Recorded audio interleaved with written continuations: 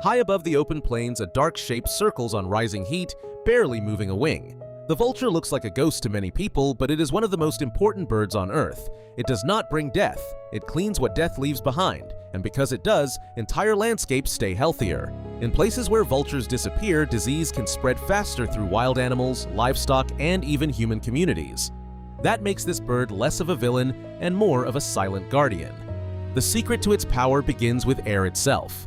As the sun heats the land, warm columns of air rise from the ground, and the vulture climbs those invisible roads into the sky. It can travel for hours with almost no effort, searching huge distances with patience that seems endless. From far below, it looks calm and slow, but every turn is exact. It is reading the land, the wind, and the signs of life and death all at once. Few animals can cover so much ground while spending so little energy. When a carcass is found, another kind of power appears. A vulture's stomach acid is so strong that it can destroy dangerous bacteria and help neutralize diseases that would harm many other animals. This is one of nature's most brutal and most useful cleanup systems. The bird removes rot before it can poison the land and water. What seems ugly from a distance is actually one of the cleanest jobs in the natural world. Even among vultures, there is order. Different species feed in different ways, and social rank matters when many birds gather. Some tear open tough skin first, while others wait for access to softer tissue. What looks like chaos is often a working system built by survival. Far from the plains, stone cliffs rise into cold, thin air where another ruler waits. The golden eagle stands on the edge of a mountain world shaped by snow, wind, and silence. It is built for strength in a way that feels almost unreal. Its talons close with crushing force, and its body is all muscle, feather, and control. This is not only a hunter. It is an apex predator, a bird that can challenge prey many people would never expect a bird to touch. When the eagle hunts, the mountain itself seems to hold its breath. It watches from above with eyes so sharp that small movement across a great distance becomes impossible to hide. A rabbit on a slope, a marmot near a rock, even the path of an animal trying to stay unseen can be detected from far away.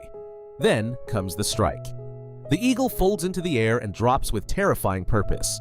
Its wings adjust by tiny amounts, its body stays locked on target, and the final moment is decided by precision, not noise. In one instant, the hunt is over. Yet the life of the golden eagle is not only violence, it is also loyalty to place. Many pairs build huge nests called eyries on cliffs or high ledges, and they return to them year after year. Over time, those nests can become enormous, shaped by weather, memory, and work. In a world that seems harsh and empty, the nest is proof of devotion. The same fierce bird that dives like a weapon can also guard a home for decades. Power, in the wild, is often tied to patience. Then the pace changes. The heavy strength of the eagle gives way to speed so extreme it almost stops making sense. The peregrine falcon is the bullet of the sky, a hunter shaped by pure velocity. Across sea cliffs, open country, and even modern cities, it turns the air into a battlefield. When it climbs high above its target and folds its wings close, it becomes the fastest animal on the planet. In a full hunting dive, it can exceed 200 miles per hour. At that speed, the falcon is no longer simply chasing prey. It is turning physics into force. Everything about the peregrine is made for that moment. Its body is narrow and clean through the air. Special structures inside its nostrils help control airflow so it can still breathe during the dive. Its feet do not always grab first. Often, it strikes another bird in midair with a sudden blow, a hit so hard that the target falls from the sky. The falcon then loops back with impossible control, adjusting through tight turns and steep drops that would overwhelm many other creatures. It hunts in 3 dimensions with a confidence that feels almost mechanical. Yet, it is entirely alive, entirely instinct. What makes the peregrine even more remarkable is how well it adapted to a world changed by people. It once nested mainly on sea cliffs and remote heights, but now many live among towers of steel and glass. To the falcon, a skyscraper can become a cliff, and a city full of pigeons can become rich hunting ground. It remains wild even in the middle of human noise. That is part of its brilliance. It does not just survive. It claims the modern world and bends it into old patterns of predator and prey. Back on the grasslands, another raptor breaks every expectation. The secretary bird has the body of a hunter from the sky, but it spends much of its life walking the ground. Tall, long-legged, and strangely elegant, it moves through dry grass with the focus of an assassin. The feathers behind its head give it a look that inspired its name, but there is nothing gentle about the way it hunts. While many birds of prey strike from above, The secretary bird wages war face to face. Its most famous enemy is the snake. When it confronts a venomous serpent, the scene becomes a study in nerve and timing. The bird spreads its wings partly for balance and partly as a shield, stepping in and out with astonishing care. Then it attacks with its feet. The kick is fast, heavy, and accurate enough to crush or stun dangerous prey before the snake can land a deadly bite. This is not wild thrashing. It is controlled violence, repeated until the threat is gone. The secretary bird does not need height to dominate. It brings the precision of a raptor down to the ground.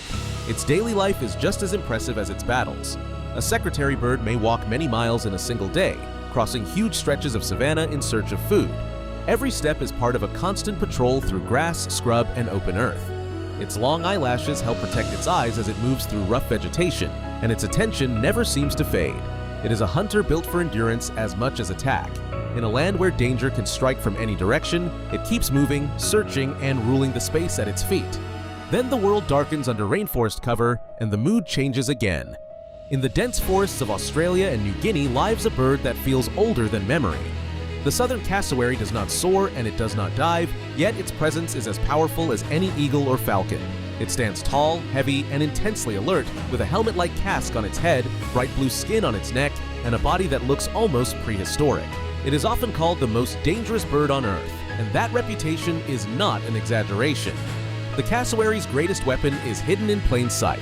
On its inner toe sits a long, dagger-like claw that can slash with terrible force. If cornered or threatened, the bird can kick forward with shocking speed. This is an animal people should never treat casually. But danger is only part of the story. The cassowary is also a vital gardener of the rainforest. It eats fruit from many forest plants and spreads seeds across long distances, helping the forest renew itself. Some trees rely heavily on animals like this to carry their future through the shadows. The casque on its head remains one of its strangest features. Scientists believe it may help with pushing through dense plants, signaling age or health, and perhaps even sensing or shaping low sounds. The cassowary can produce deep, booming calls that seem to belong to another age. In the dim forest where vision is limited and distance is broken by thick growth, sound becomes its own kind of power. The bird's bright neck and wattles flash like warning signs when it feels threatened. It does not need flight to command space. It owns the forest by presence alone. From open plains to frozen cliffs, from city skies to ancient jungle, these birds rule in completely different ways. The vulture protects life by clearing death. The golden eagle brings mountain strength and deadly grace. The peregrine falcon turns speed into a weapon beyond belief. The secretary bird proves that a raptor does not need the sky to dominate. The southern cassowary carries the weight of deep time in every step it takes. Together, they show that birds are not only fragile creatures of feather and song.